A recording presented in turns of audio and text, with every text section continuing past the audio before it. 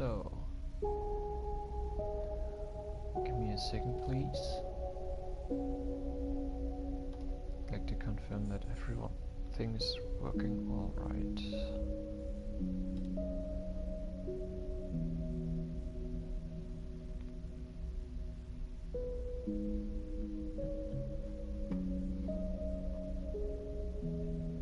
So far, I hope you had a great day. Good to see you.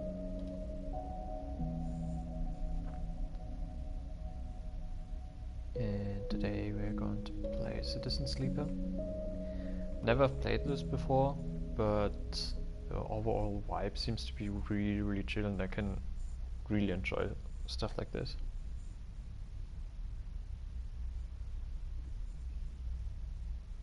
So, let's start. Game. Operator.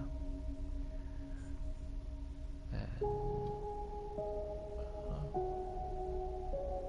just a second.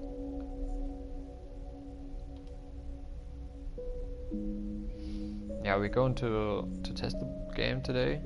I don't know if I'm keep playing it, but probably because it looks so good. Well, okay. Operator. An operator works with drones and high precision remote machines to perform complex tasks from a distance. Sleepers assigned to operator work are usually cerebral and precise people. Okay. Perk transfer intercept. Chance to gain cryo on interface actions. Interesting. Work with digital interfaces +1 and -1. Use strength or strength of will. Okay. Mechanist. A mechanist repairs and modifies automated systems used in industrial resource extraction. Sleepers assigned to a mechanist work are usually diligent, careful, and structured people. Okay. That's definitely not me. But chance to gain random scrap item on engineer action seems interesting. Work with machines and physical tools obviously +1, and approach a problem head on -1. Yeah, I guess so. And the extractor. Extractors work on resource extraction, often in hard vacuum environments. Sleepers assigned to extractor work are often confident, self-sufficient, and have a high level of endurance. That seems more like me. Sunbath dice action allows energy recovery at home. Okay, so strength will approach from awareness. I think I'm going to be the operator. Not really sure what white says, but we'll see. Man, I love the background music, it's so nice. I could listen to this all night and day, probably.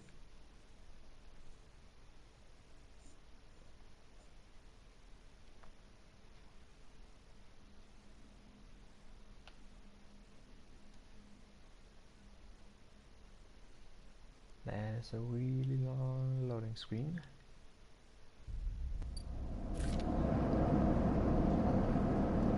First thing you become aware of on waking is the disconnect. The delay between thinking and feeling, between wanting to act and acting. Minor, almost imperceptible, but always present. Where are you? Okay. It's at its worst when waking, when yourself has spent many dark hours recalling what it felt like to be real, to be a person, to be in a body that was indisputable, yours.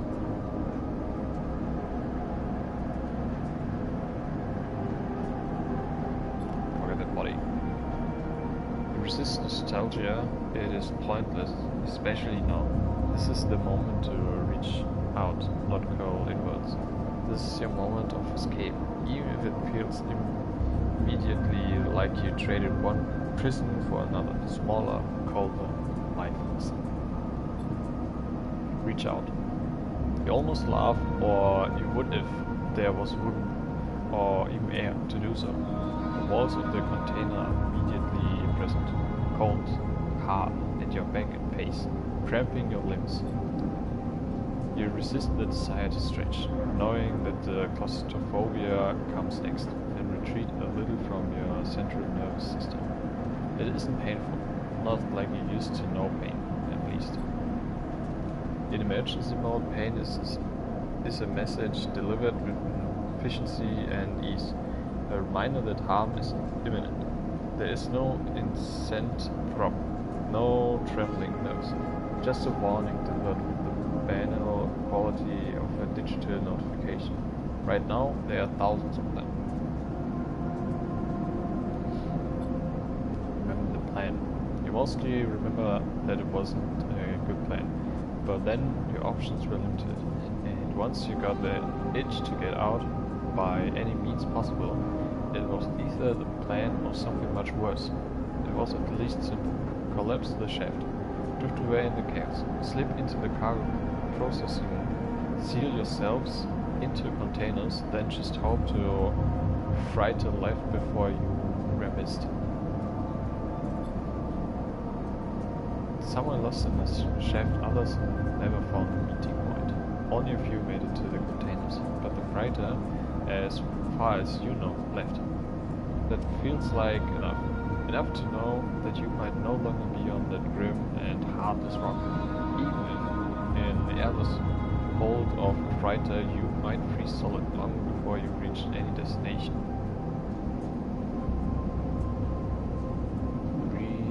Try to rest. But you're restless. It has been a long time since you left. Surely weeks, maybe months. You are dully aware of damage to your legs, your right arm. You have been reserving energy as much as possible, but your body has still needed to shut down many of its systems to protect you. You have spent much of that time asleep, knowing that anything else would be impossible to endure. You feel the weight of that impossibility begin to gather. It is time to sleep again, to nudge this false body into inducing delta waves in your mulated mind, and once again recall into a dream of when you were once a person. Rest. Time passes, the cold creeps further in. You feel something. Warmth. Not true warmth, but the indication of its presence. Your joints release from their rigor. Sound too.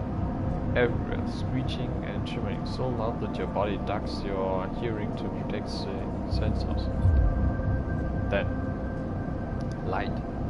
White as the cold. Softer and softer, until in a haze of dirty yellow, a figure appears. You are out. Okay. Oh. Interesting. Dragos. Pragmatic salvager. Okay. What do we have here? It has been a few hours since Dragos pulled you from the container. You sit humbled in a corner of this scrapyard, swaddled in the reflection folds of a mailer blanket. You are slowly coming back to consciousness, back to life, and you stare at the ornately curving element of an improvised heater. You are surrounded by angular, incoherent lumps of ships, some corroded beyond recognition, others still carrying glassy bones along the edges where a plasma arc sliced them apart. As you trace their shapes with fogged eyes, you hear a voice. So, sleeper, you all thought yet? Almost. Never seen one of you come in like this.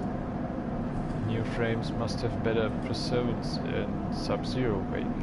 Seen more than a few of you frozen solid to hull plates, or inside outer locks in my time.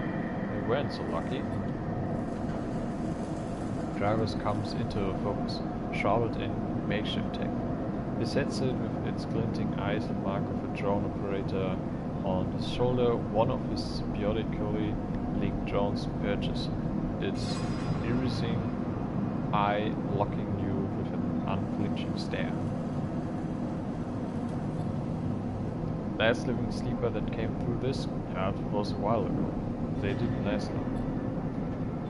We struggled to read his expression beneath the tech, but he seems lost in memory for a moment. Or perhaps he is just figuring out what to do with you.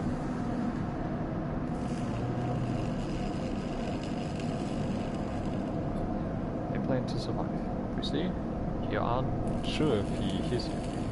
I won't ask what led you to do it, to sell yourself to a corporation.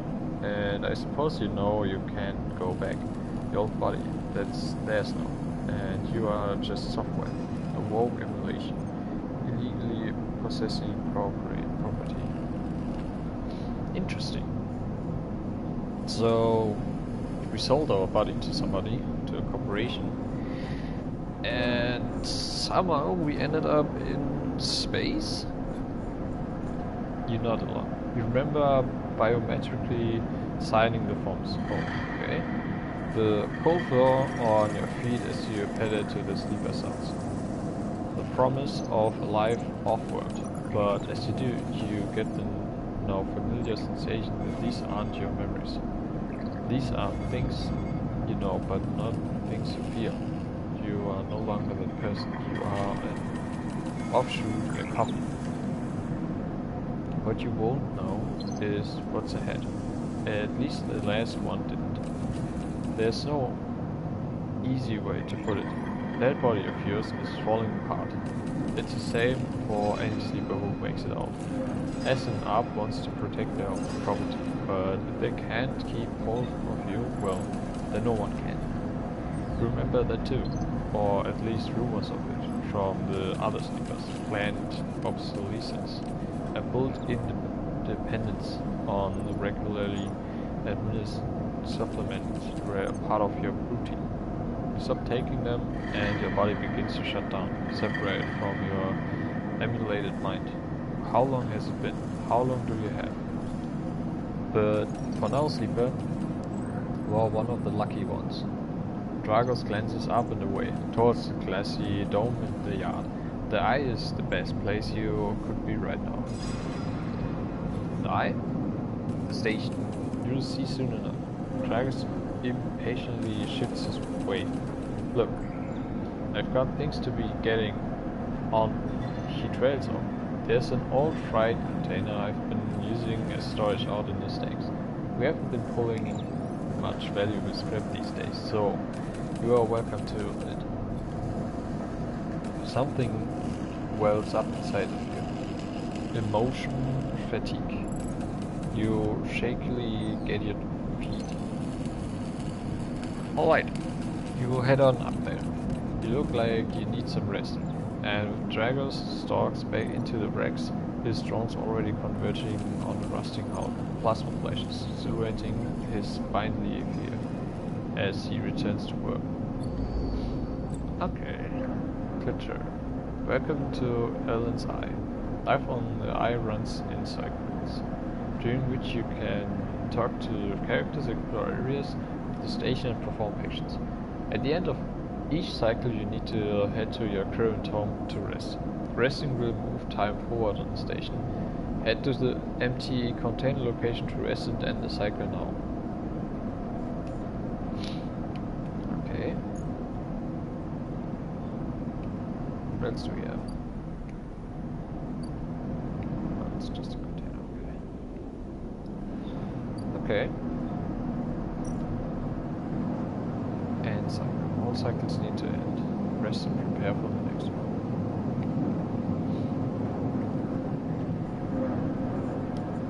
Okay, it seems like a survival game or something, but as a novel. You wake curled up in the corner of the container and begin slowly assembling the world around you. After all this time, you still find this body, the one you wake in now, strange and disjointed. Its message is readable but somehow wrong. You sit up, pulling the Miller blankets close against the cold. Here you are, on this room station, millions of miles from anyone you know. Are you still in the system? Did any of the others make it out? It's impossible to know. After all this, what matters? Okay, smelling alive. Maybe you did get lucky, finding yourself here. Maybe here, on the edge of everything, there's a life for you to build. But before you can build anything, you will need to learn to survive. Maybe if you can do that, you can make a life for yourself. Dragos has left for a few comforts in the containers. The mailer blanket, the bedroll you slept on, a canister of water, a makeshift electric stove, and some faded sachets of some desiccated powder. You thump the powder stud of the stove and begin to boil the water. The contents of the sachets smell like damp wood, and you sprinkle them into the liquid. As a pungent smell washes over you, imagine from your restless sleep come back to you a ring, like the station, but skeletal and ghostly. A web of threads pulling at your skin. A constellation of bright polygonal shapes, like angular suns burning into your mind. There's something unpleasantly bizarre about these images, and it is long after you finish drinking before they begin to fade. You tidy away the stove as best as you can and try to gather enough energy to read the day. Okay. Condition, action, dice, and energy.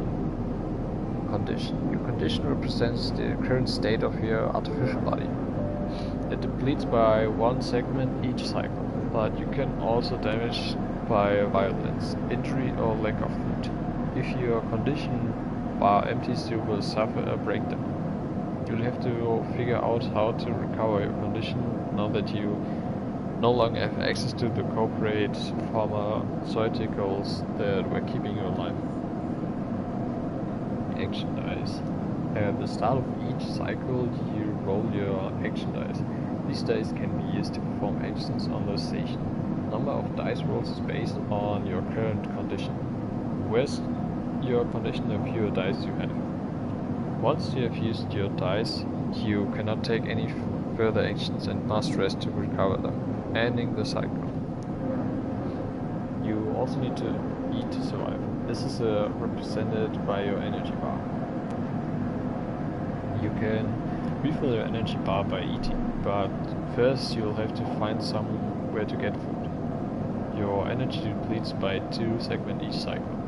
If it becomes empty, you will be starving. When starving, energy loss becomes condition loss, and your condition will also deplete at a double rate per cycle. Seems stressful. Okay. So, do I have to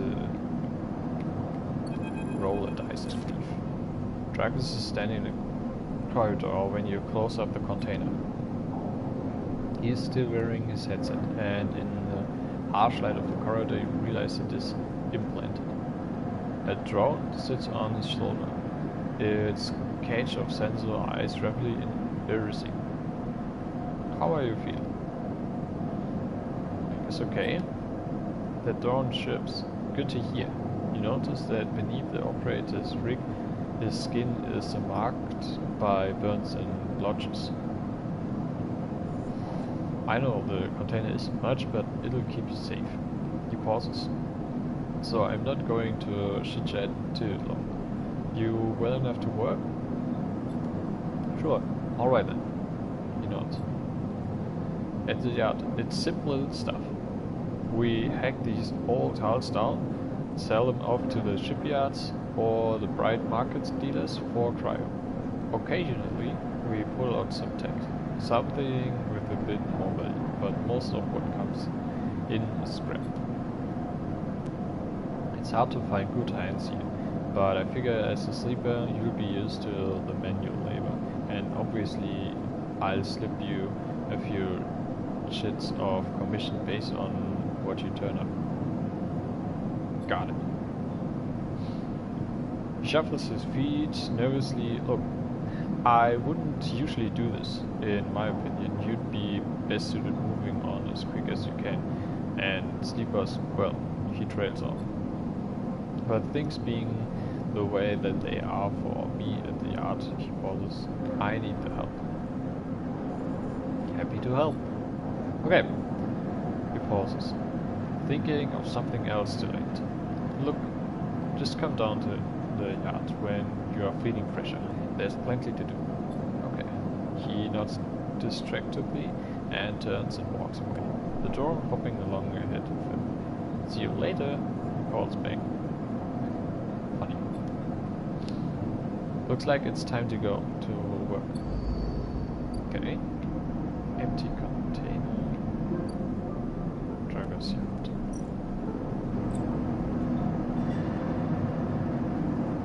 Okay. Actions are primary way you interact with your fellow citizens. To perform an action, select the directional buttons and X and then choose an action dice to assign. Okay.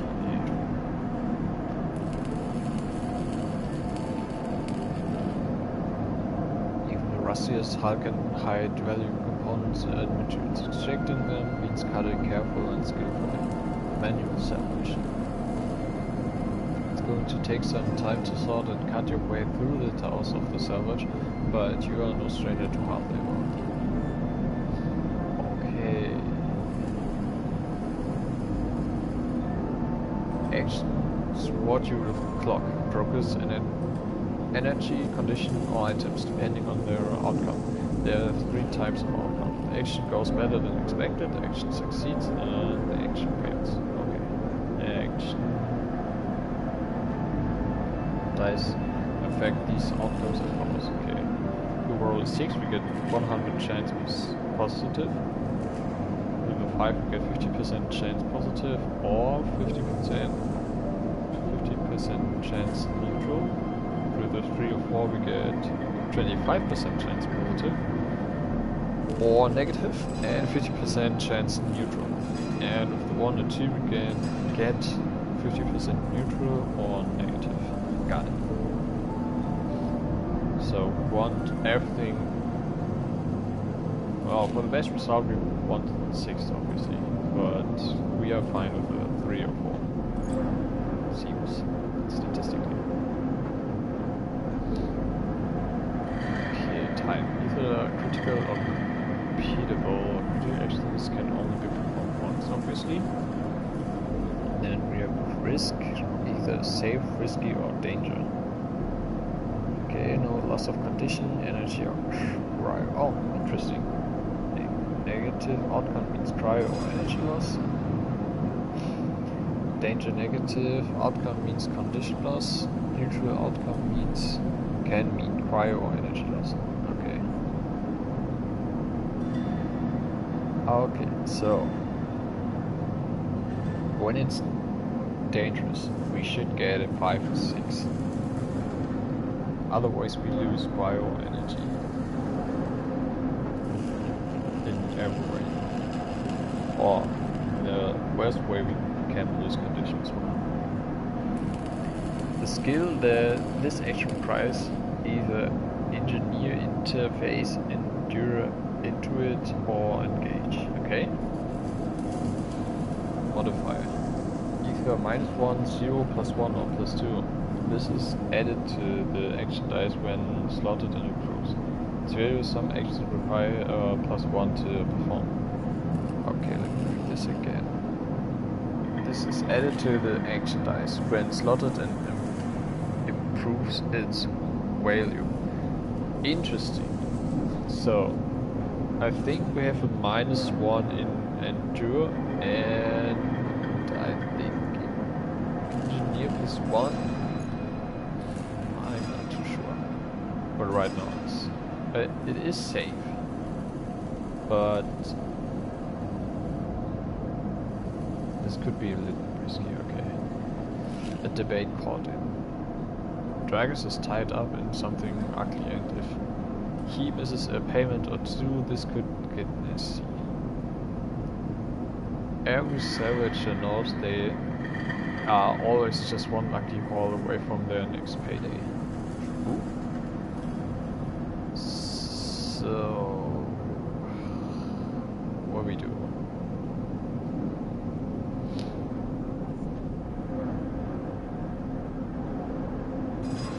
I mean, we could try just risk one, because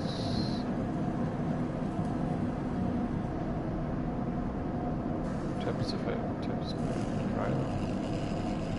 Okay.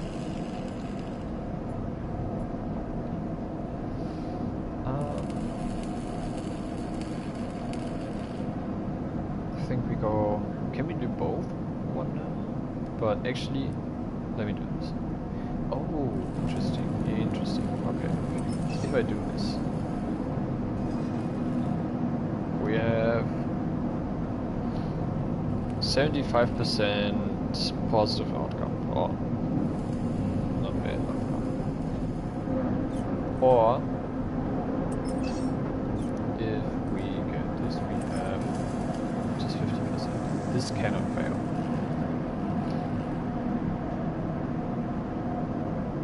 Okay, let's just do this. And nice. Actions of progress clocks.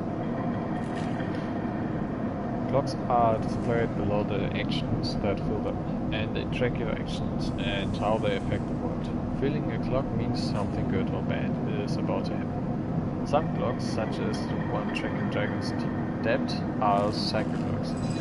These clocks tick themselves once each cycle and can complete without player input. Any active cycle clocks will be displayed on the icon for that location. Okay, so the depth is a thing that will stay on. Interesting. So I can just redo those things. Probably best thing to do this. Okay, what else can I do? Survive, find a doctor. Drives and navigations. In Citizen Sleeper you will unlock drives as you discover more about yourself and the world. Drives guide you in the pursuing specific objectives, depending on which path you wish to take. You can track drives, and any tracked drive will place a yellow marker on a location that will help you pursue your goal. Access your drive menu L1. You are now free to explore Alan's Eye and make a life of yourself here. Try tracking a drive to help survive. Look for food to keep your energy up and a way to recover condition. Fill clocks to progress stories and find new opportunities. Remember to end cycle at your home when you are out of dice.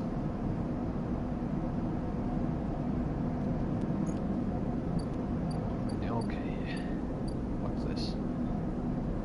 Dog, Tunda, Old Dog Terminal, Dog B, Bright Market. Okay, he sells stuff at the Bright Market. Low End Gate. Passage into the low end. I'm not sure if doing anything of this would deplete my energy or condition.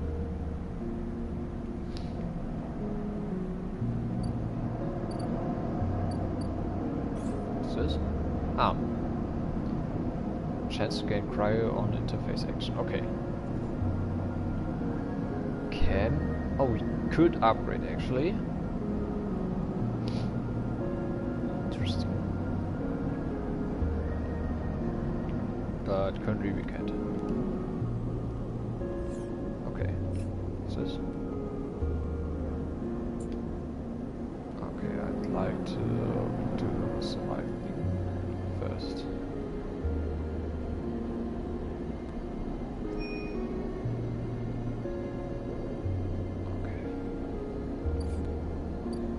So,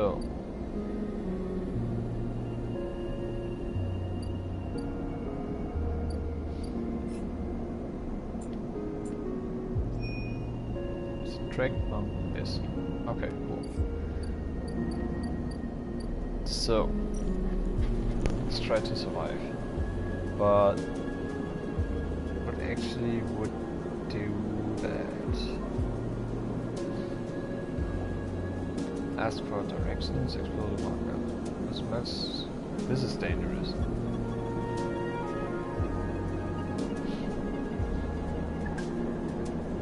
So we're probably not going to do this.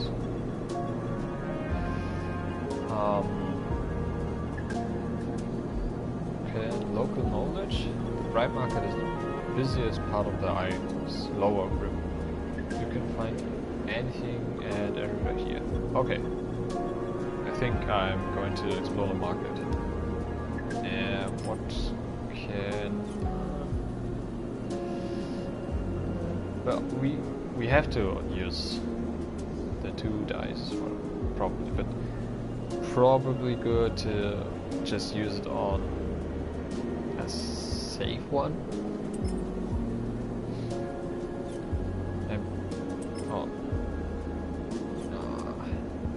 Yeah, let's just do this. Let's see. Neutral outcome, fine. Ah, okay. I think I'm just going to use all my dice here. Nice, okay. Open your ledge. And last dice, come on. Are we lucky? Technically not. Damn. Yeah, okay. Now I don't have... Oh, I should have checked out all the things. Next comes the call from an enforcer at the door. You shuffle down the flickering hallway towards the open apartment door. You keep your head down and your shoulders high up in the queue, trying not to bring attention to yourself. You were thankful for the tip-off that the doctor was operating out of his place, but now that you are here, you aren't so sure. The gang enforces on the door, the flickering light strips, the decaying hair block. They have all made the long queue and the test of your nerve, but your options are few, and without a supply of stabilized, your body will... You suppress a shiver and shuffle forward to the front of the queue. You try to find something to distract yourself. Look inside. You lean against the doorframe and look into the apartment. The entryway is dark, punctuated by the green indicators of stacks of sealed containers. You lean in and see amber light flickering through a far doorway. Screen plastic sheeting beyond which blurred shapes move. The slap of the enforcer's palm against the doorway jerks you awake. Wait, your turn, he growls. After a few moments, the figure pushes through the doorway, and you catch a distant voice. Send the next one in, Toshio. The enforcer jerks his head and you slip inside, passing through the dark entryway and pushing through the plastic sheeting on the far door. The room beyond is bathed in warm light. A floor that to ceiling transparent panel gives a full view of the bright market's sealed roof and the buzzing traffic above. And for a moment you are transfixed by the motion. Sabine. Okay, doctor in the bright market. Come, sit, calls a sharp voice, and you see a silhouette figure turned away, placing plastic sheeting over the frame of a simple folding bed. You make your way across the room.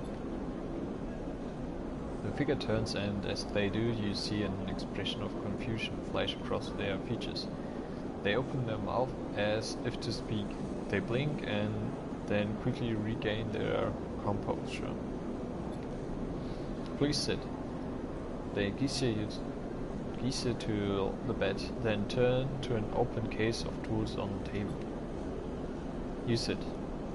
Sabine turns a compact diagnostic scanner of some kind in their hand.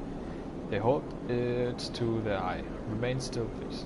Their tone is clipped and businesslike. You stare ahead, still dazed from the expression when you first entered.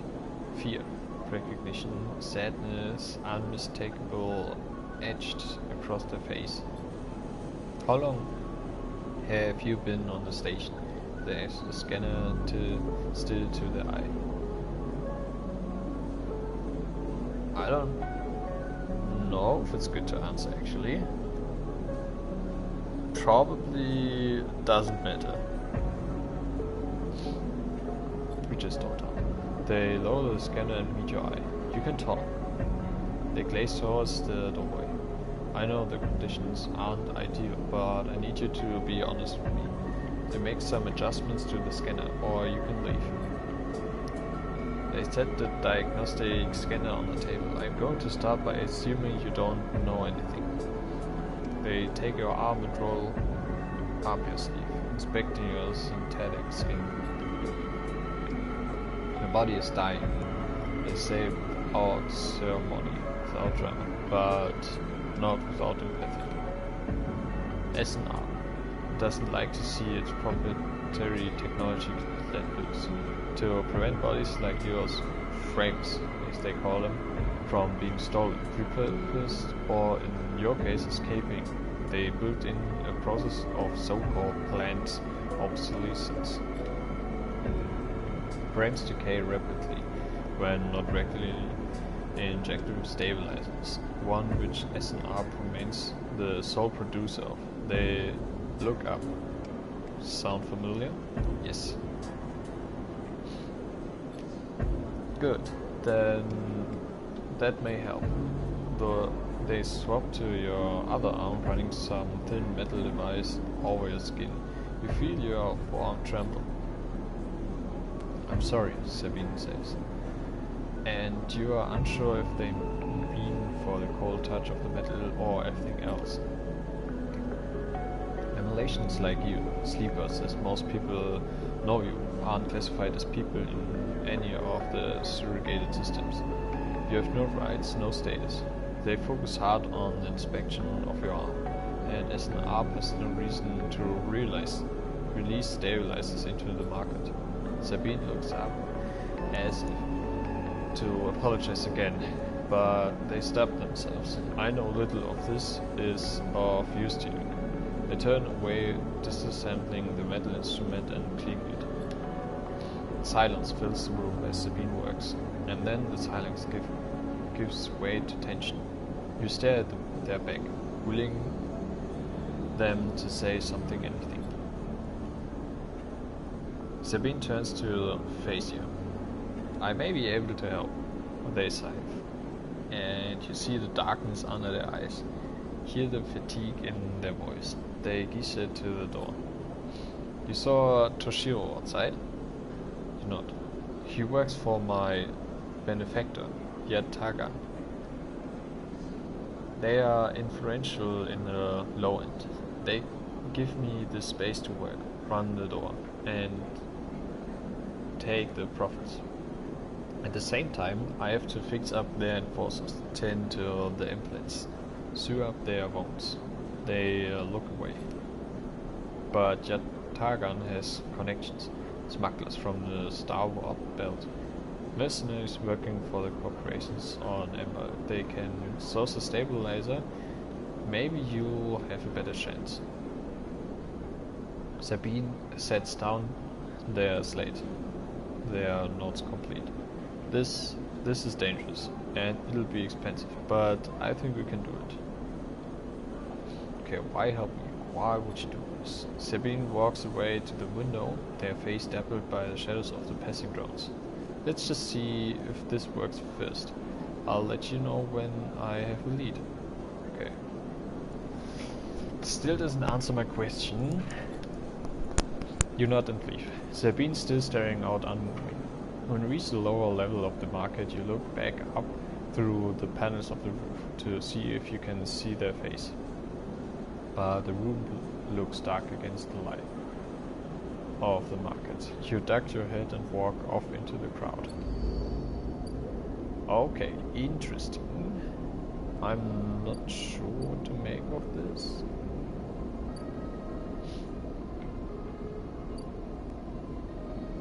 Oh, I have 15 cryo, nice.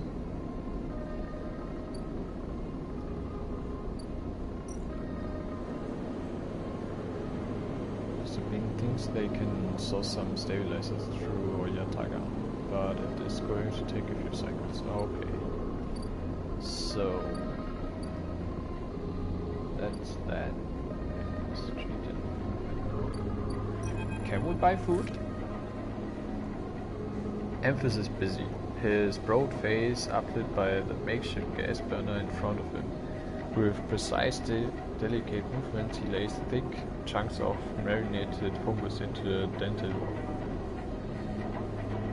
His other hand idly tossing a metal bowl of sliced vegetables in some red-flecked dressing.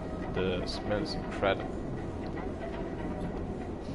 You watch as he fulfills a set of orders, heaping the fungus with the bright salad and depositing it in plastic trays. A stack of shits rattles in his apron pocket as customers file past the burner, handing over payment. Approach. You join the queue. It's mostly made of dusty, off-duty savages. Vac-suits unzipped and rolled down to expose stained vests, grubby mods, lettuce or scars, and tattoos. They discuss the best food on the eye, the best drink, comparing notes on bright market drives. Their words cut through with heavy spacer slang. Eventually it's your turn, and you shuffle to the front. Amphis speaks in a deep, even tone, without looking up. First try is free. Oh, that's great. Thank you. The smell is almost unbearable, strong as he cooks. The earthiness of the fungus laced with something so spicy the smoke makes your eyes water. The heat from the burner is like a bonfire, and your skin hardens in its glare. I know you. You sleepers. Amphis says while he cooks. His voice deep but clear.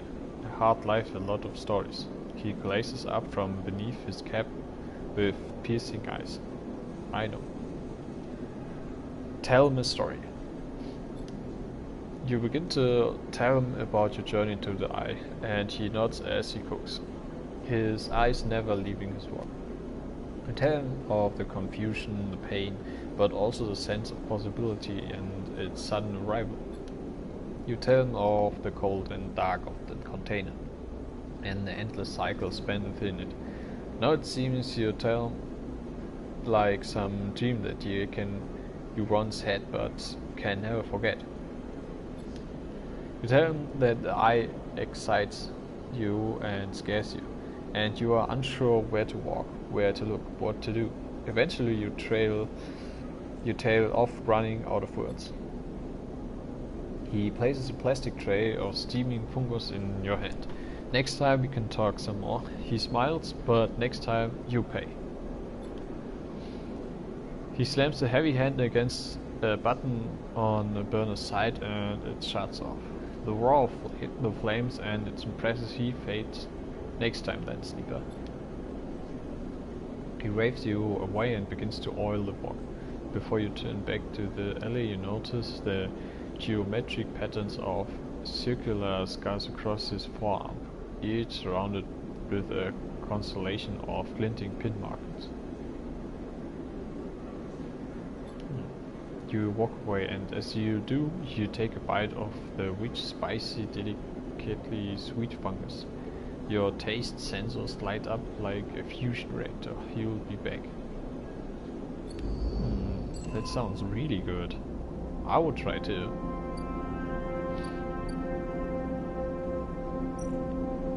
Is there anything else to do? Ah, okay. Can order fungus for 15 cryo. Interesting.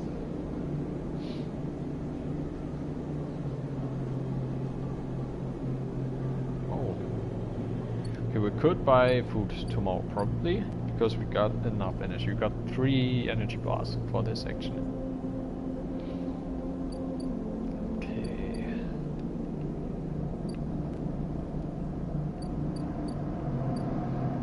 So much to do. So much to read. I've never read out so much in my entire life, I feel like. actually exhausting. I need to drink something in a second. But so far it's nice. It's really calm. It's really well written. I know I'm not the best reader, but I can enjoy this.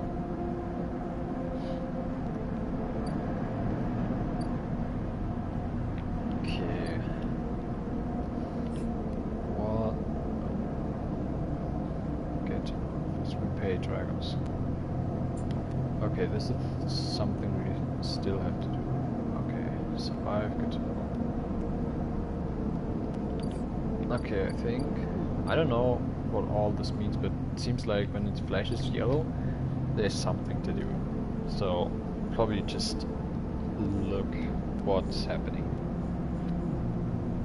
So, Heaven Age Constructions Yard. Let's see.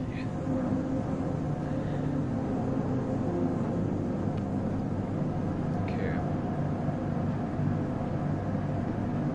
You don't have connections, but you do have skills. If you can get a shipbuilder to notice them, you might be interesting, okay? But probably nothing for my job. Let's go to the dock. Hellion Crossing. Merchants willing to run the gauntlet of the Hellion systems are rare, but those that do always return eventually.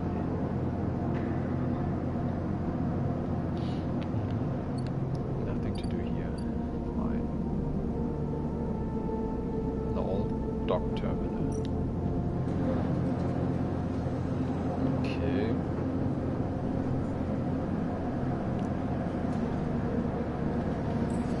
Steel dock planes. Heaven Age security is to have planes. Stealing them would be the fastest way to get to Noel's place and the most dangerous. The rotunda of the old dock is filled with passageways and concourses leading to all kinds of docking bays. Interesting. Getting to know the rotunda doesn't just mean new places to visit. It means keeping an eye on new arrivals too. Heaven Age run the rotunda and the security watches the dock. Better to avoid attracting the attention. I guess so. So, it might be smart to just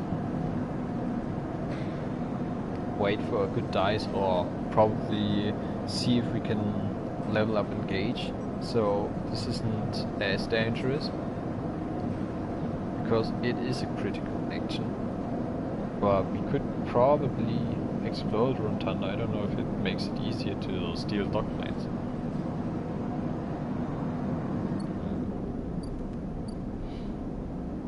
Okay, let's see the dock. What's the difference actually between those docks? Oh, just a name, okay. Nothing here to see.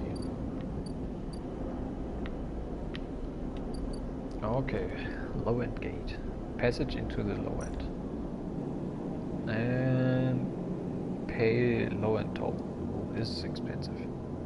After some space has caused some trouble in the low end, the Targan have imposed a toll for entry. No one gets in without paying. Okay, this seems like an action we should take as soon as we have a good amount of dice. With high rolls at best.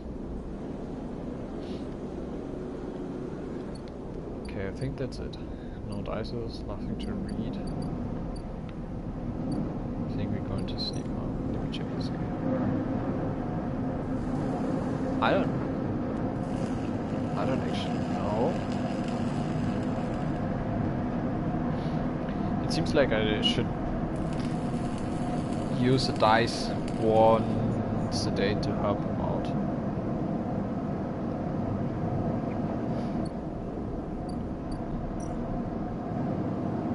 Maybe.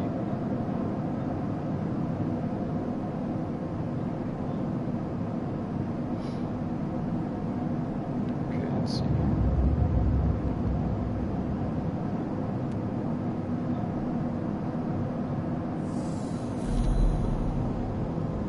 This time you don't wake up. Instead, the ghost of the station that shifting skeletal rings around zero. Eerie. For a moment you are gone, absent from your own bodies, stretched out across the colorless void. Then the connections begin to establish themselves, threads tugging on the edge of your mind.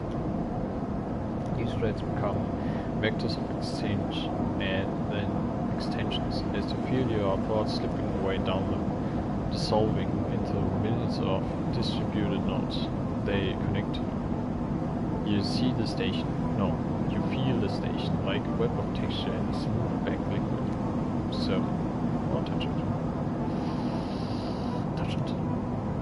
You find a point in the station and you connect to it. Both routes follow loops and paths under and around it. You touch more points than you have fingers, and then you try in a moment of impulsiveness to connect them. The flow passes through you so rapidly that you feel yourself being carried with it, splitting and separating, eddying and gathering. As you do, things occur to you. Things that you can't possibly know. You reach out to try to grasp them, try to touch them too. You notice a tugging feeling, pulling at you insistently, as if it were a small child. Somehow, it is pulling in two directions at once. You look down. All of a sudden, something shuts off. You come back trembling into this unfamiliar body, both yours and not yours, all at once. You find yourself standing in the container, eyes now open to the dark steel walls. You feel a change within you, a shift. You close your eyes for a second and you feel it waiting there. The station splayed out across your mind. A storm of connection points, waiting to be exploded. And then it's gone. Interesting, okay. We only got 3 dice now, and we probably should get some food.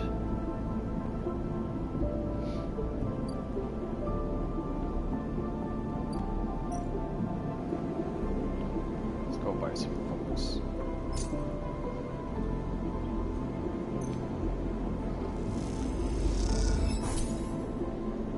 Nice.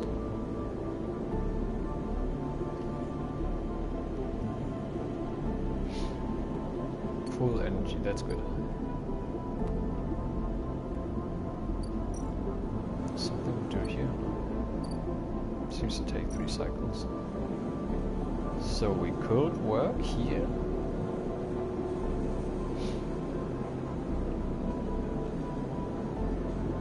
You could use a good dice to just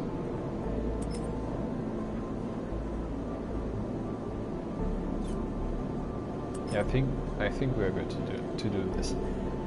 Use a good dice with somewhere else. It seems.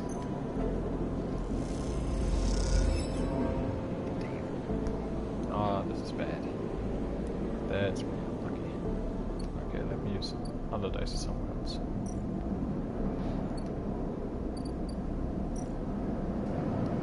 I don't know if I should do this.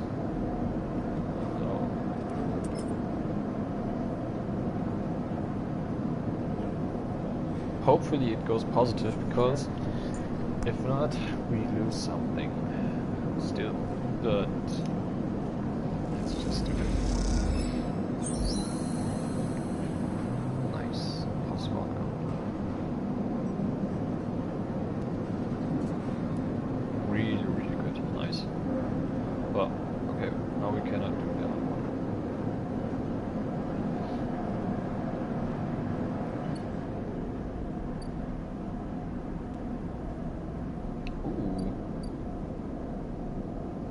Stranded mercenary. We got the Overlook Bar and Solheim Docking Bay. Interesting, okay. I'd like to use a dice for Dragos, but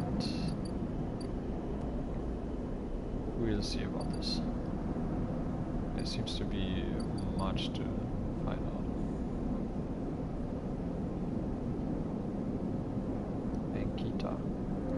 So let's check this out. Hey you, want to earn a shit? I should try to pronounce it better, I think. Shit, maybe? I don't know. Ankita stands beside a huge pile of tied together hull plate. She stretches out her back, her shoulders bulging beneath her flight suit. Make it 2. Should we do this? Is it fine? Ankita laughs. This goddamn station. She sighs and pinches the bridge of her nose. Alright, come here then. Nice. Get the double. You cross the duckling concourse as she begins to split the plating into 2 bundles. What is it with this place? She asks as she angrily lashes the massive plates together. Everyone's their cut. She straightens up to an imposing height, her armor plates cracking, and looks you up and down. Or is it just that you all think I'm an easy mark? You all need to survive, I guess. And Gita softens. I get it. I do. Shakes her head. But if I could go just one cycle without some jumped up drifter trying to take me for an idiot, then that would be nice. Ankita hoists one bundle of plating onto her shoulder. Come on then, enough chat. You've got to earn those shits. You struggle to shoulder the plates, but you do eventually. Ankita gives you a look. Ship's this way, and she sets off down a gantry at impressive speed. As you catch up to her, she turns down a passage, pushing through a small crowd of stevedores. Why are you doing this yourself? You mean, why aren't I hiring those good folk? She nods back at the stevedores. I've paid heaven edge enough. They are currently rinsing me for wooing. I can't vacate unless I either fix the ambergris or sell it off as scrap. Ambergris, is that your ship?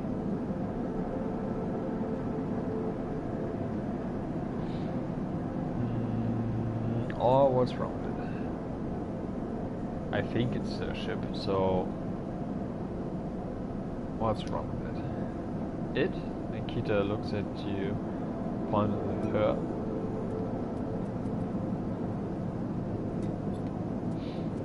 She rapidly turns another corner as you trail behind. She got cut up pretty bad on our last jump and I had to move up with her for a spell. But since then, it's only gotten worse. Someone got in and sliced the core from our ship mind. So now she's gone dark. She shifts the panels on her shoulder.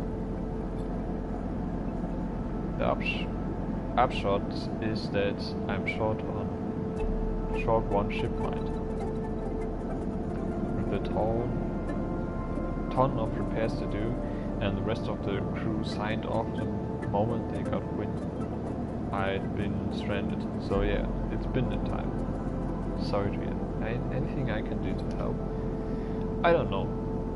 Got ship mind tucked away on that frame of yours. For a moment you aren't sure if she's serious. Akita swings the plates from her back, almost knocking you over in the process. This is me. She holds the second bundle off your shoulder. You're the first person I've met here who might actually be considered helpful. She pauses, chewing her bottom lip.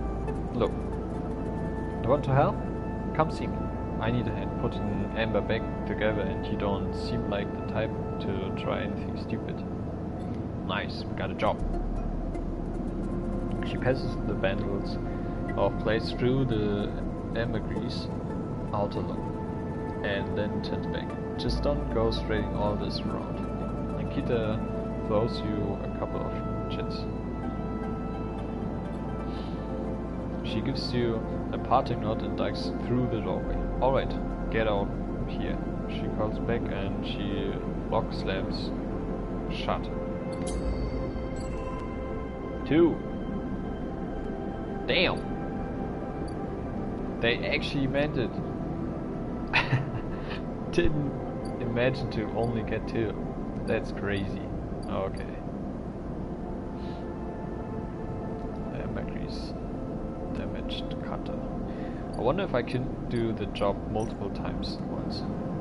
And yes and no. Okay. Rewired drones. Kita has a couple of glitched repair drones in storage. If you can rewire them, they can repair the Macris for you. That's good. That's really, really good. I think we should use a dice for this. 5 eye dice.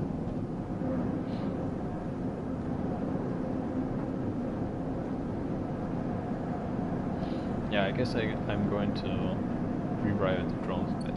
But let's check the other places first. Over the bar. Creamy Spacer Hound. Okay, we can get a drink.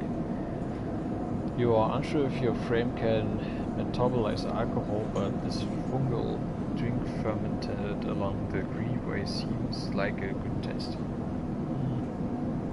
The Overlook isn't exactly a restaurant, meaning the only way you gain trust around here is with a stiff drink.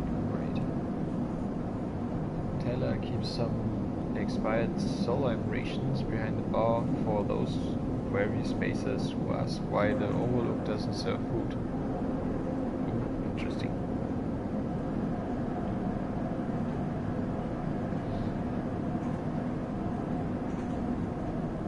So I can buy food from here for $10, but it seems more worth to get to know the other guy who's also called Amphis. Yeah, probably going to. I try to get to know him better, but we'll see. Need to stay alive first. Unlock Maclog. These old Maclogs look like they each need an encrypted key to open. Why the heavy security for a decaying dog? So I need an encrypted key. I don't have this, I guess. Okay, that's it.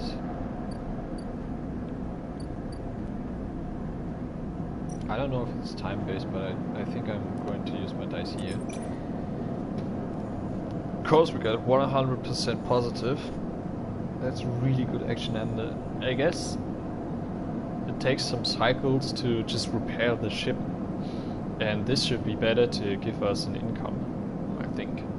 Let's see.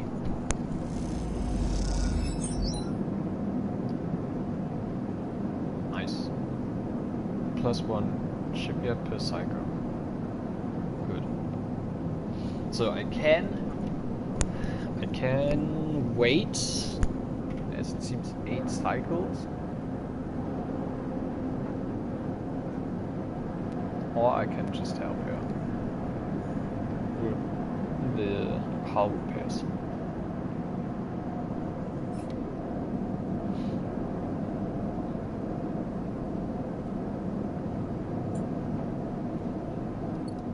Okay, that's good. Let's see. That's all of our dice, there's nothing else to do. Right. I don't know if it always blinks if there's something new. But it seems like it.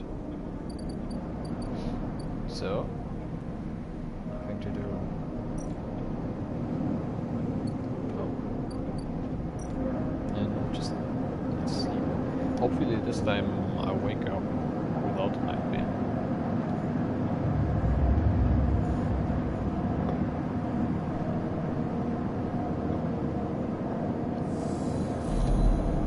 Again. Damn. Okay.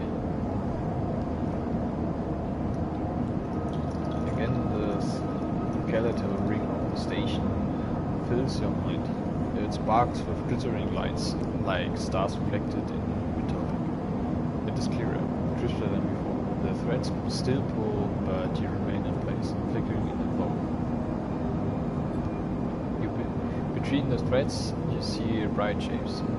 Caches of shimmering light beneath the transparent crystal forms. You follow the path of the threaded puzzle ring through these forms to lead off into loops.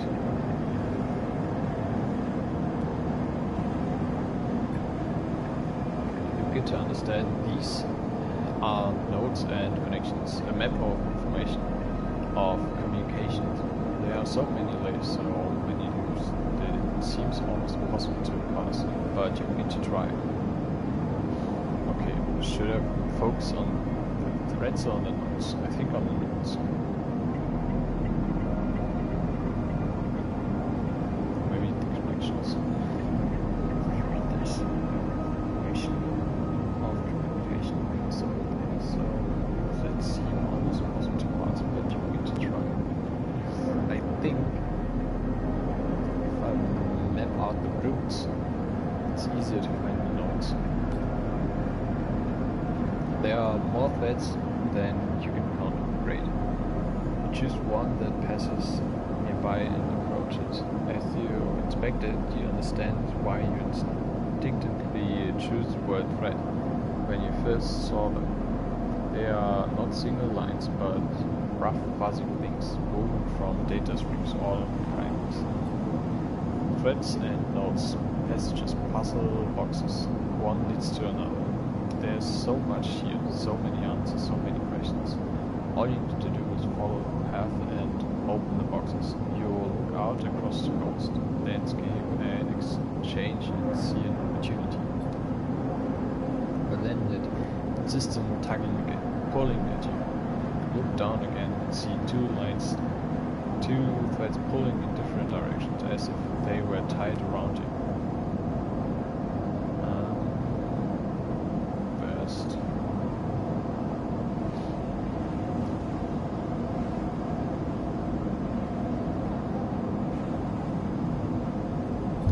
I should just take the first thread leads out away from the station into the key, like someone out there is tracking, hunting, following the thread to you.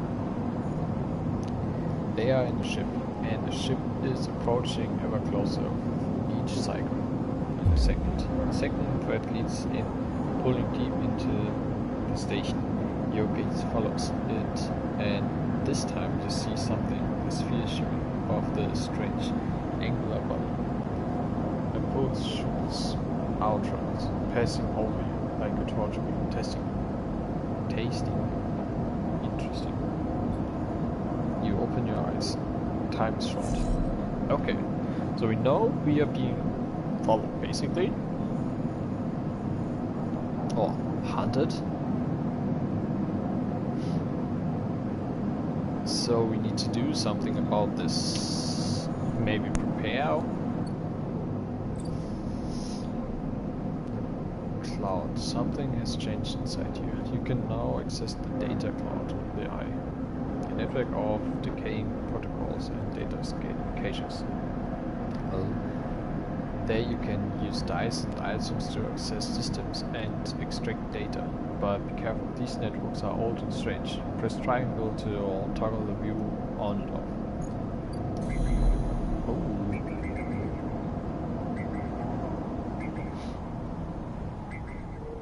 I'd like to explore this one node that is coming towards me.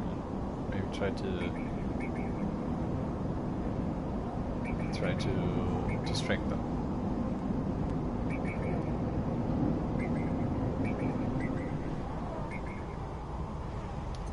Interesting. Okay, I need a short break. I need to take a short break. Maybe make some tea and stuff. It takes me 5 minutes.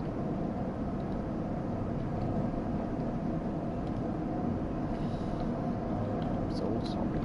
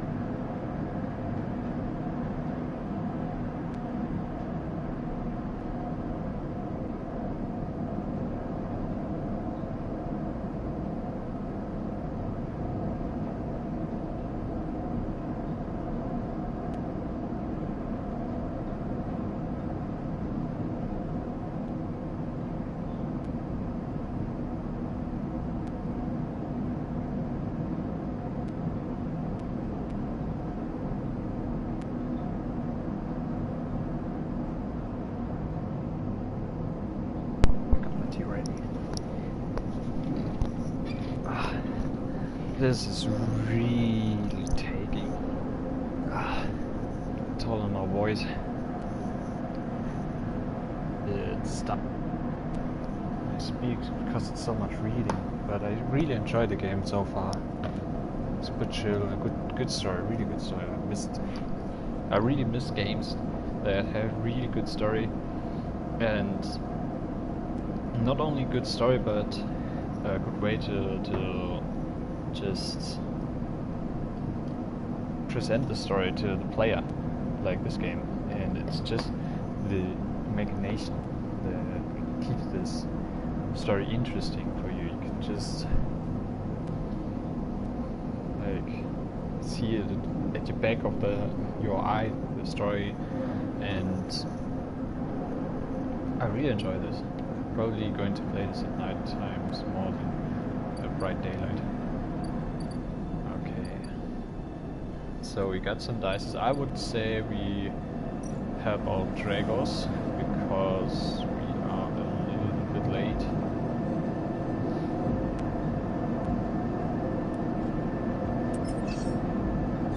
Let's do it. Okay, let's do the first one. It's not as much expensive, let's just do 5 dice. Not so good, but I got at least some cryo. That's good. Then let's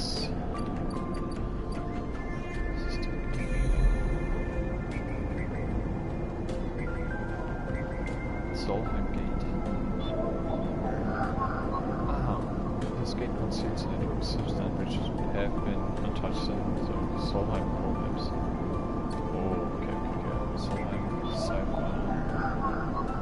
Here you can use it. Okay. Data actions. Data actions allow you to extract data from the network of the eye. They work like dice actions, but in order to unlock them, you must match your dice to the one displayed on the right of the action. Okay, interesting. If you have a +1 or +2 modifier in the interface skill, you will be given more possible dice to match. You can use any dice that matches the dice displayed. Oh, nice. Once unlocked, data can be extracted. Interesting, okay. I got +1 interface, so should I use this? Yeah, I can buy this, but I would like to not waste. This probably should have done my one-eyed dice.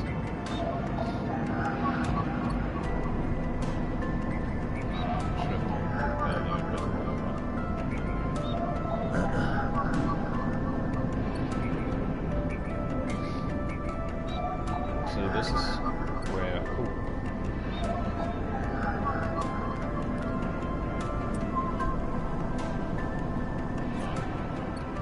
could use some more.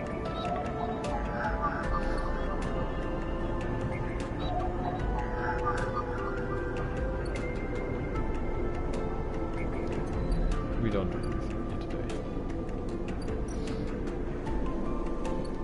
This takes a while.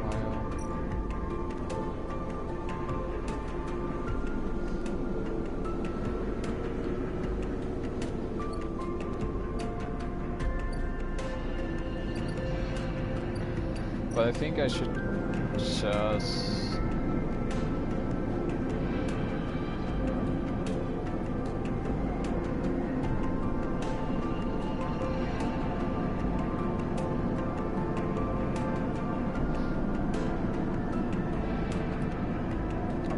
this.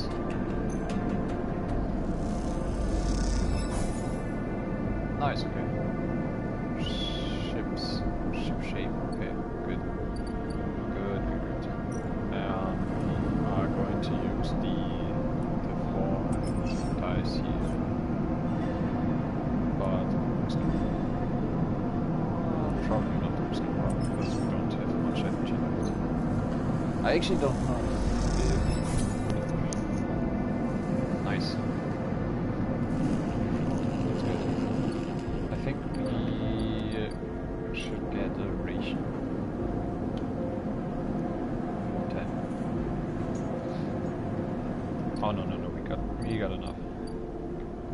to eat. Let's go and eat fungus. It's better. Let's go. Nice.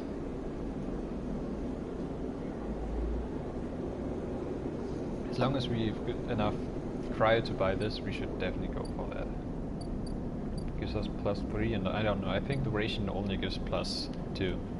I would think like this, but I don't know. Let's see. So nothing else to do, I guess. We should definitely. Oh, yeah, the doctor seems to have something for us. In a minute. In a second.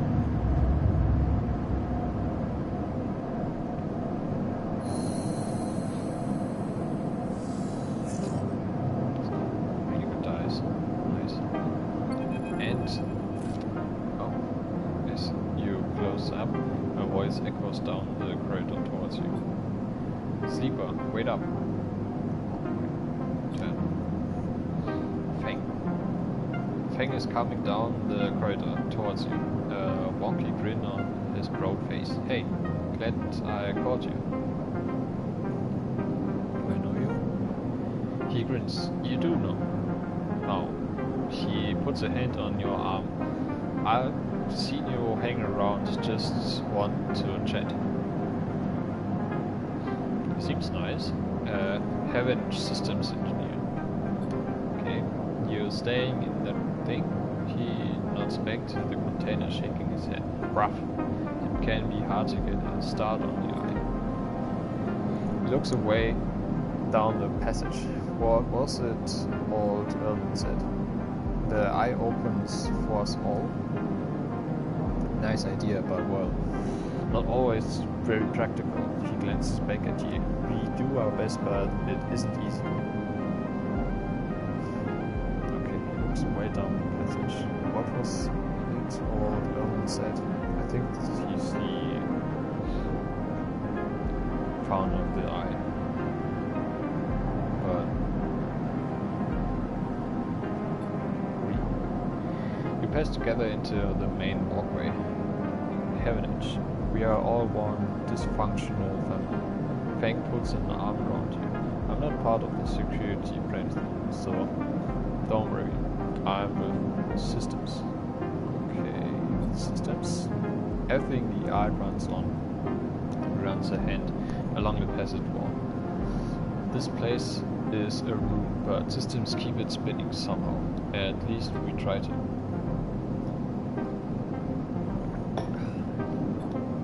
Steps you in the quiet passage. Look, it's not what I'm here to discuss. I saw it around and well, I know a little about you sleepers.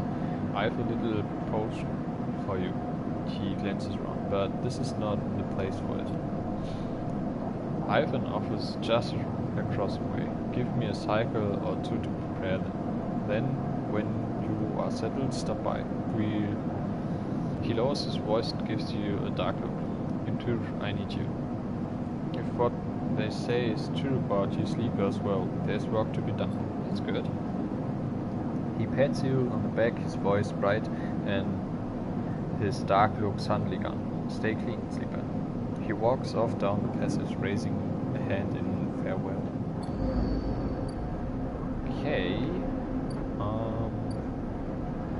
Where's the reciting?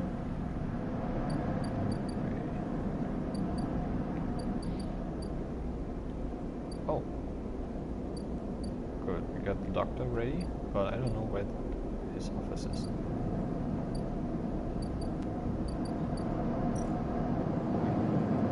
No. Maybe here. No. Probably he's just opening this thingy in some cycles.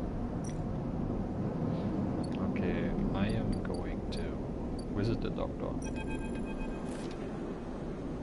The first thing you see on entering is the glint of Toshiro's implants, like a cat's eye in the dark of the corridor. He nods you in as you arrive at the bean store. The entryway is still dark and you push through the sheeting into the surgery. I have it.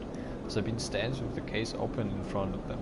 A set of vials lined up inside, separated by foam inserts. They pick one up, rotating it in the warm light. I have no idea how Yatagan. They trail off. We should treat this with caution. It looks authentic, but I have no idea if it really is what it appears to be. I'm the test case? That seems to be the case. Unfortunately, I'm not sure we have another choice. The geisha for you to sit on the bed. The stabilizer works under a similar principle to an immune suppressant in a transplant operation, in that it stops your body from rejecting the unfamiliar part of itself. In the case of your frame, the unfamiliar part is each of your biosynthetic organ groups, which over time are identified by your body as foreign material and therefore must be eliminated. The bean rolls up a vial of the would-be stabilizer. However, unlike an immune suppressant, the stabilizer doesn't do this by limiting your entire immune system. Instead, it re-encodes your biosynthetic organs with new protein chains, which act as passcodes within your immune system. The stabilizers refresh those passcodes, keeping your frame from rejecting all of its own organs.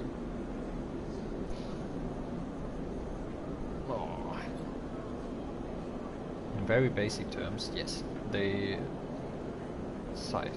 Look, what matters here is that the stabilizer should be able to encode any organic or biosynthetic matter to be accepted by your immune system. They glance away. At least if the stabilizer is genuine, the only way to know for sure is to inject the vial. They begin waiting the surgery. Syringe. I will start with a small dose to limit the risk. Okay, let's do it. Sabine cracks the glass neck of the stabilizer vial and uses a syringe to extract a fraction of blue liquid. I tap the syringe and you watch as if any sign might emerge from the clear liquid. You barely feel the needle, your frame resisting the initial injection, but with little response. A sensation begins to spread from the side. A fizzing, trembling wave disperses through your arm. With incredible speed, your vision goes right, and when it returns, the beam appears, encased in shards of sparkling light that slowly fade into darkness as you settle back against the bed. You swim in darkness, muffled noises like an argument heard from underwater, prickling wave of cold. When you sit back up, Sabine is sitting in a chair by the window, facing away from you, backlit by the glow of their slate. Wait? Yes. The stabilizer is genuine. They sit down beside the bed. I don't know how Yatagan acquired a case of this stuff, but they did. Sabine looks troubled and distracted. You should rest some more, but you are going to have to do that somewhere else. They gesture to the door. I have other patients. Sorry. Sabine nods towards the case. I'm afraid I can't offer you any more doses. You are going to need to pay for the next dose. Silence fills the room and they return to their glowing slate. Look around the room. It seems different somehow, as if things have moved or shifted. You wonder how long you have been out. Sabine? Nothing comes free sleeper, remember? Yeah. You manage to get to your feet and wander out into a hallway. The queue stretches down the flickering corridor. Toshiro stands impatiently by the door and fixes you with a glare as you leave. You lower your eyes as you stumble past, somehow faintly aware of the station spinning beneath you. Ooh, we are full. We are back. We are so back. Nice.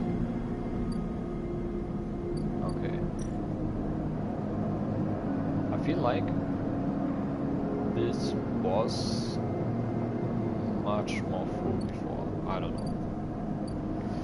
I would like to know how much it costs actually. 100? Okay, we need to get going. Yeah, I guess we should just explore these nodes.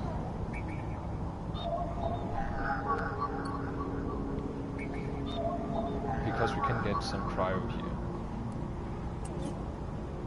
This doesn't work. Oh shit. Should have used my other dice before.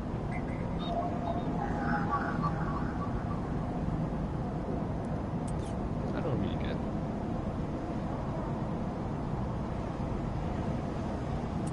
So I could use those 3 high dice, I think.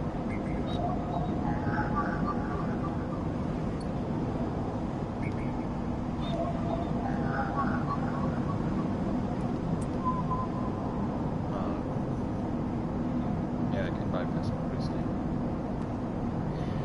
Yeah, let's do this. Restricted data. One encrypted key, nice. Encrypted key. Let's go. I think I can do this twice a day.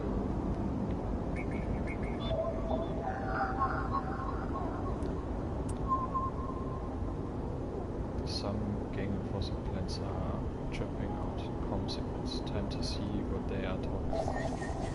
Extract the data. Delta gun. Okay, nice. As you drift back,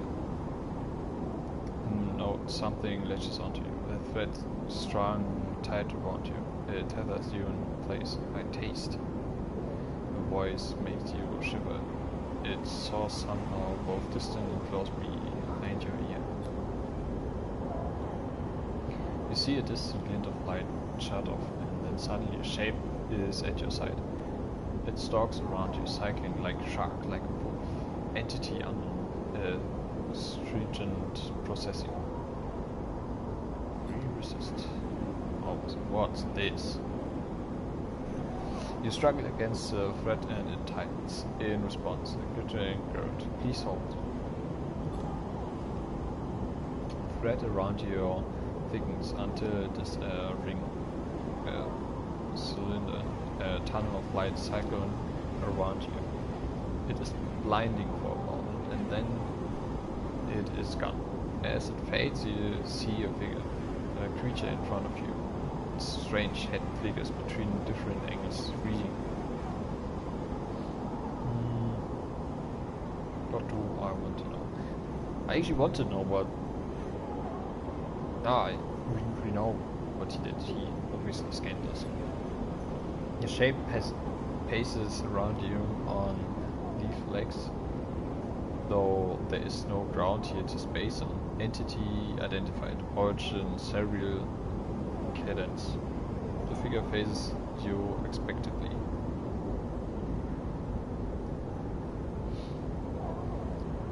Sleeper said loud. Unknown. No. The figure strange head rotates. Brackish signature off and not off. Attempting interface. As the figure speaks, more threads begin to spiral from its head. Thick, snaking, vine-like ribbons that flex and wave. They approach with intent. Stop. Figure holds the threads, its head twitching. Entity, your identity is unknown. We only seek to correct illegalities. Can you confirm your legal rights to sentence? I'm a person. Incorrect. You are an entity. All at once. Hunter's head is directly in front of yours, blocking your vision. You stink of their taste.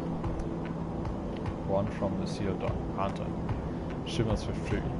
I will find access. I will interface.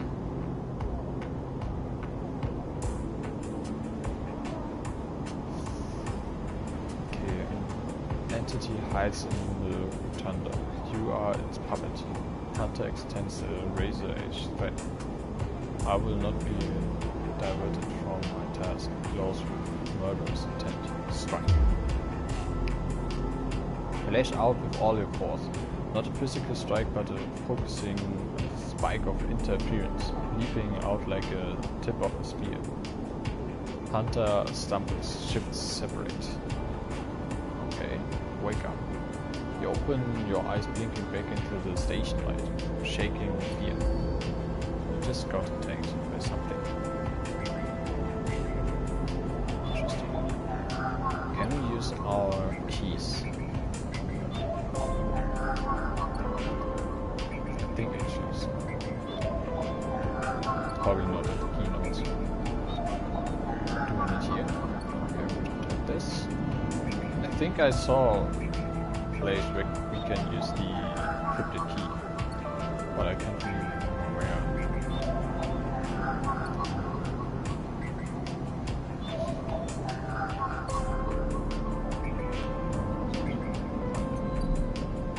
I don't know.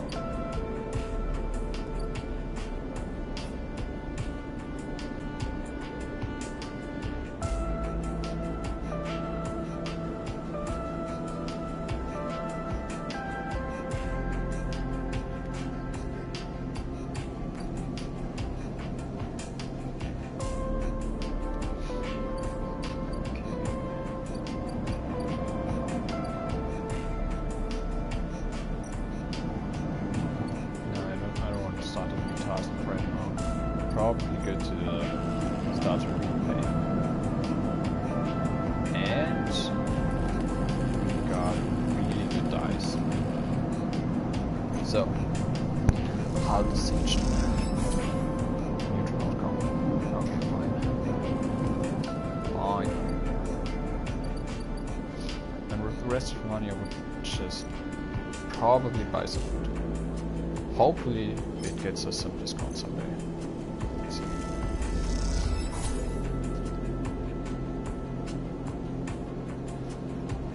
Maybe we can get to end it in next cycle. Let's see.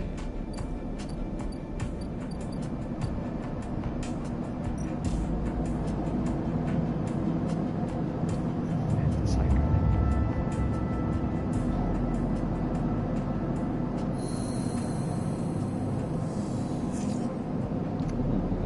Full set of dice is nice. I think we get more dice as we are more alive, as it seems. Let's see. What's this? Fang. Oh, nice. He got us off his way. Sleeper. Fang catches your attention as you approach the Heavenage building, leaning against the bay door to the side of the entrance. Approach. Easier to come in this way. Security, all that. He gives you a look, you know. He slaps a button and then the bay cracks open. Blinking lights in the dark behind it. You follow Fang inside. Truth be told, I don't spend much time upstairs. This is where I work. The door hisses as it closes behind you. The bay is filled with pieces of hardware, all rigged up to the generators in diagnostic slates and things you don't recognize that glow with blue screening light. There's a chorus of hums that blends into a single wave of static, filling the dark corners of the room. Fang leans on a server stack and gestures around you. You like it? It's a mess, it's incredible. What is all this? What are we going to do?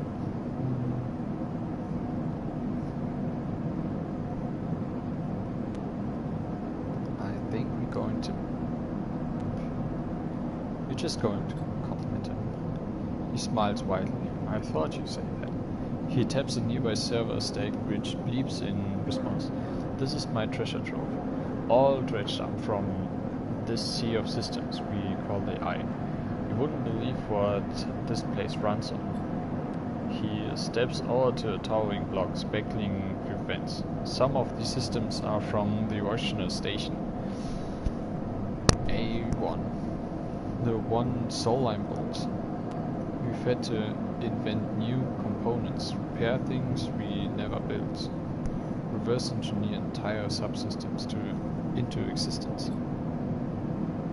The residents here look up at the eye and think they are seeing the constant and concrete reality, but this place is a system in constant flux, decaying and growing, collapsing into new configurations. He walks down between the hardware stacks and you follow. We are keeping this place alive, but also remaking it into something new, dragging it away from those corporate origins. He stops. At least that's what I'm trying to do. He turns back to face you among the flickering machines, humming all around you. I know you can see this too, Sleeper. All these systems in sections. You can't you? I can see it. It makes sense, right? You are between here and there, between the people and their systems. You light this place up like a beacon. That's what I need. You gaze at the lights around you, and as you do, they seem to flicker, to realign, to follow your gaze. Fang notices it too. I'm guessing being a beacon isn't always ideal when you are on the run, though. They are tracking me.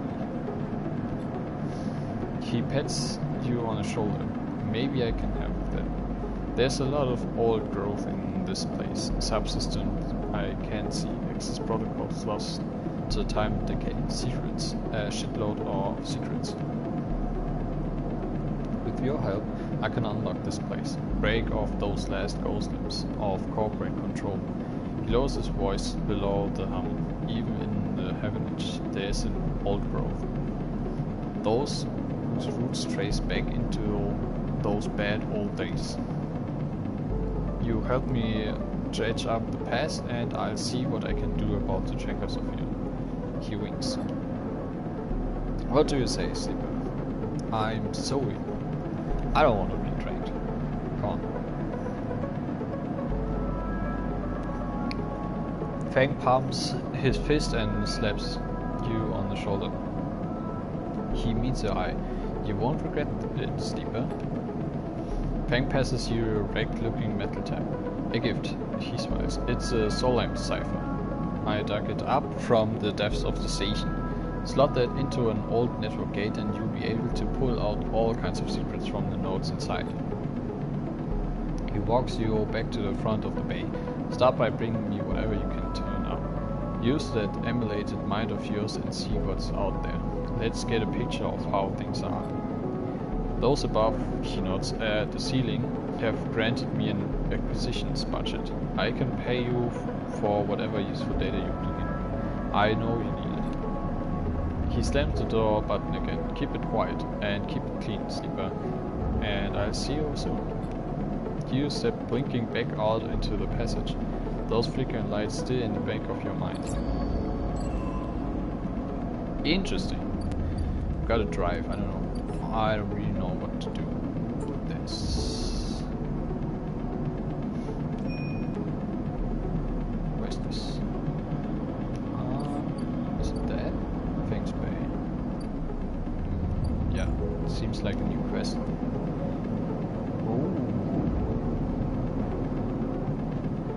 Okay, but I need to find Soulline data.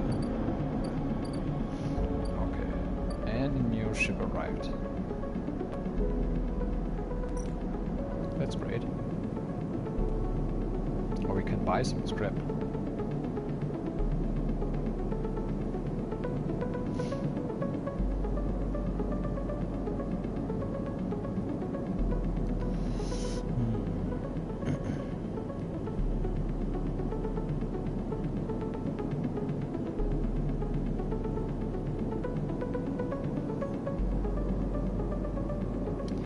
Freighter crew are eager to get their payload into Ord exchange, and they will pay a wage to anyone willing to help them. Okay, I could earn some money, but this is not smart.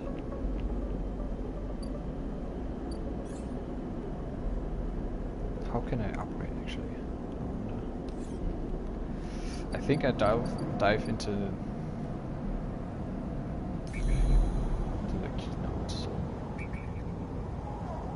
Oh, I do have this data. As it seems. Check. No, but I could use it. Where? Solheim. Probably here. This gate conceals a network of systems which have been untouched since the Solheim collapse. Working. Gate 7 access. Neutral outcome. With a squawk of noise, the old gate flips open, granting access. Nice. Ooh. This is what we found. Do I have this dice? I think... Ah, okay, now I get it. I have to use either of those dices to make it work, I think. Interesting. This network storage holds corporate records, most of them corrupted by a failed system purge. Okay, let's see.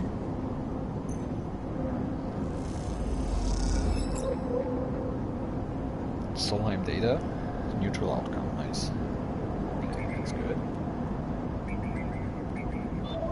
Let me see. I might go for more. Why not? Maybe.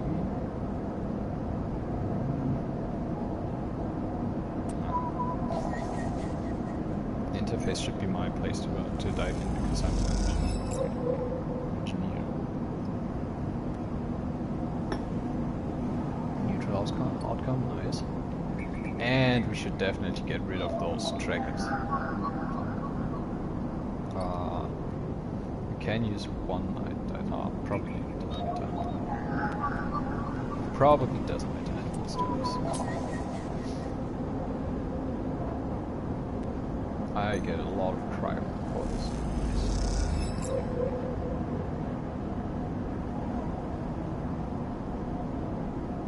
Great. Okay, we have one left. Oh, that's a key now. Okay. I think we're good now here. I'd like to help Dragos with this. Oh, maybe. That's better.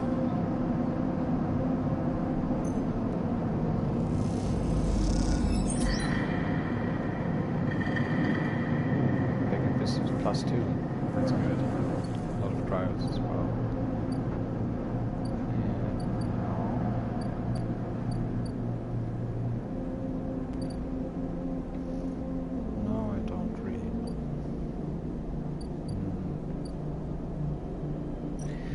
I could use my 5 dice here, so I can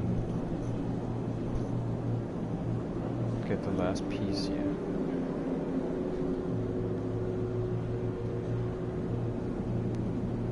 But actually I can do this, it's much safer.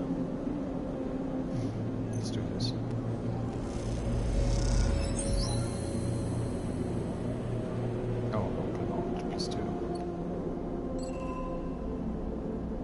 +1 drive. Nice. What we got? Port exchange. Oh, nice.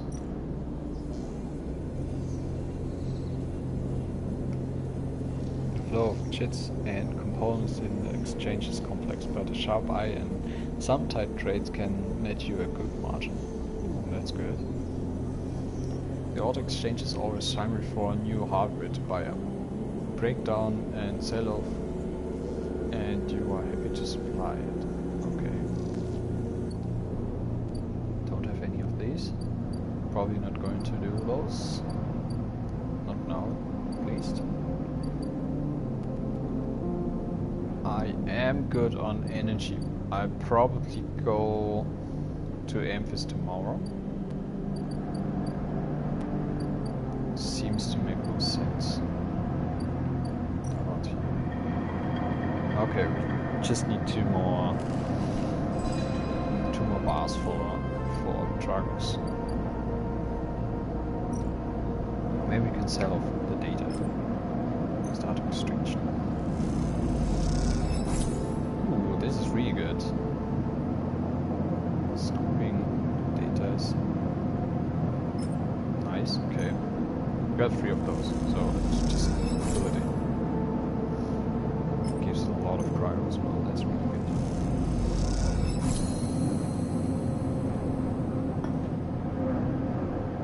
good. Okay, what's now?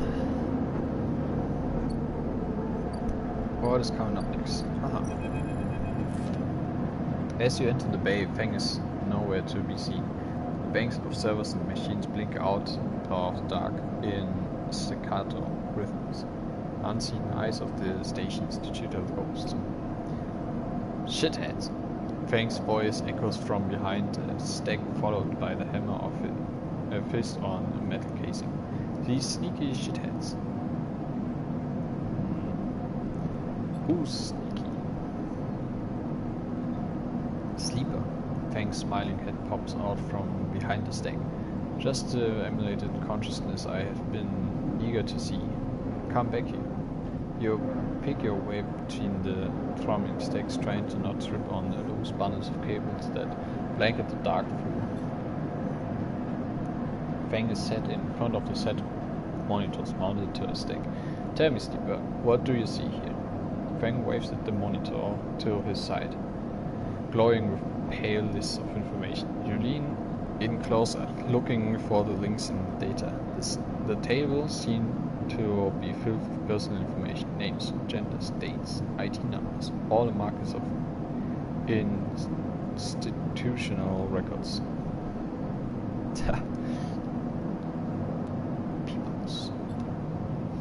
Peoples, yes, but whose people?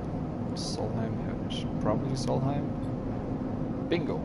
He taps at the terminal. I pulled these from the old data you brought in. All employees of the original owners. And he leans past you and scrolls down. This one. This is a sneaky shithead. He steps at the screen with a finger. The name reads Hard and Hast. Friend of yours? Gives you a sideways look. Funny you should say that, Sleeper. He drags a stool out beside him and motions you to sit. There just so happens to be Harden Hast in Heavenage. He waits for your recognition. What did she say? There just so happens to be a Harden Hast in Heaven. Ooh. Are you sure? Well, that's where you might be able to help me. Feng leans back in his chair. Just think about it. Decades ago, Harden worked on the station as a... Feng leans across to look at the monitor. Senior Strategic Operations Executive. Feng raises his eyebrows at you. Our Harden was keeping the money coming in for Solheim.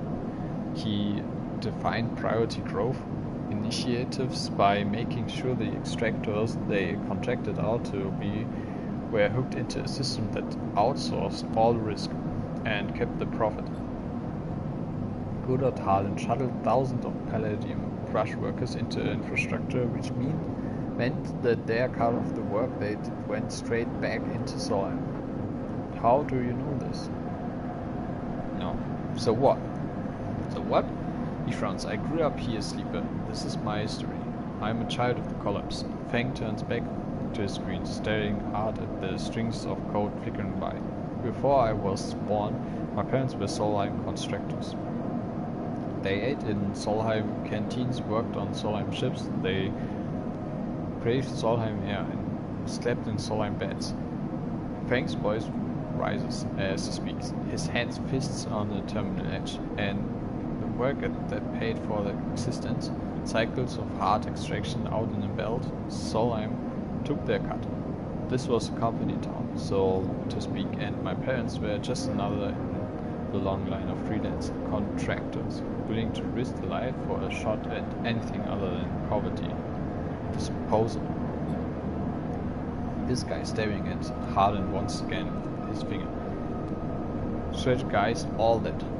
Did the sums and then summoned thousands and thousands of cycles later is still here, crawling in the walls, like some shithead snake.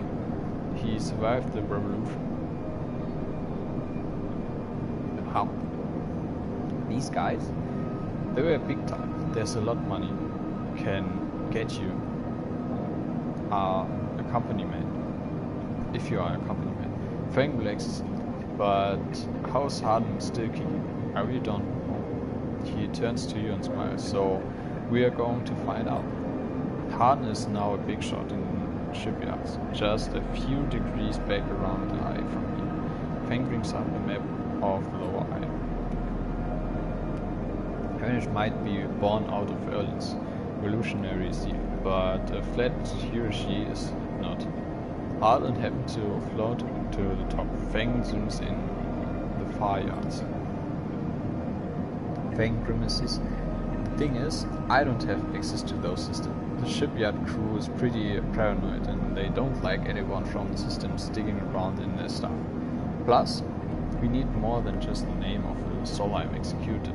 We need proof. Fang holds up a thumbnail-sized drive. That's where this little creation of mine comes in. I call it a report. He turns the drive between his fingers. It'll rip through any digital storage and spin out a silken thread of filtered data. This one is set on the scent of Harden House. He hands it over. Getting into the compound might be tricky. Fang puts a hand on your shoulder, but you, however, have a particular knack for remote access. That's a good point, man. Fang grins. If you can extract yourself a Havenage cipher from a Havenage agent, they sometimes carry them among the data caches. You can crack open the compound's network and slot the worm in through any open port. You never even need to go near the shipyards. Ooh, that's good. So, what do you say for it? What's in for me? Rooting out a correct snake not enough? Animation, and I'll start working on the trackers of you. Fang scratches at his chin. Anything the worm gets, it'll send it back here, so to me. There's something wrong here and I aim to get to the rotten core of it. We'll leave Fang digging through data among the wires and machines of the old station. As you walk out, you try to imagine the eye as it once was, a vast machine running smooth and strong, directed by people like Harden. A vast Solheim-built machine into which thousands poured from surrogate systems looking for a new life. The hope of a better future, engineered to line someone else's pockets. It's an idea you are intimately familiar with. You think Harding is still alive, still part of this place, and wonder if the past is ever truly past. So, right now, we know somebody from the past is still alive on the eye. And we can extract this to get Havenage data. And this we have to get back to Fang. Where is he? Where exactly is he? Nice, I lost him. But should be fine. Maybe you can buy a drink. Oh, that's the wrong one. Oh, do I have the key? Yeah, I do have the key. Let's do it. Okay, but I need it. Okay.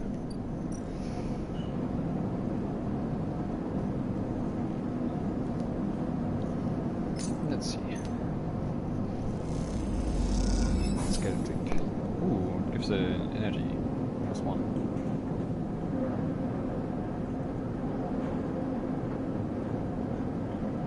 That's good, but I won't drink anymore because I want to eat the fungus.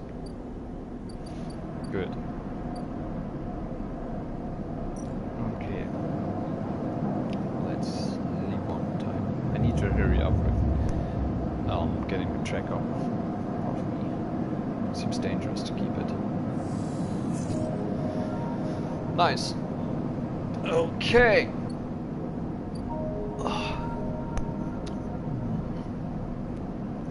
My was really is starting to ache a lot, so I need to stop. I think it's been 2 hours now, but it's a really fun game. I really enjoy it. I'm going to play it further, probably maybe tomorrow, maybe the day after, I don't know exactly, but definitely trying to play through the story. It's really interesting, caught up to me, and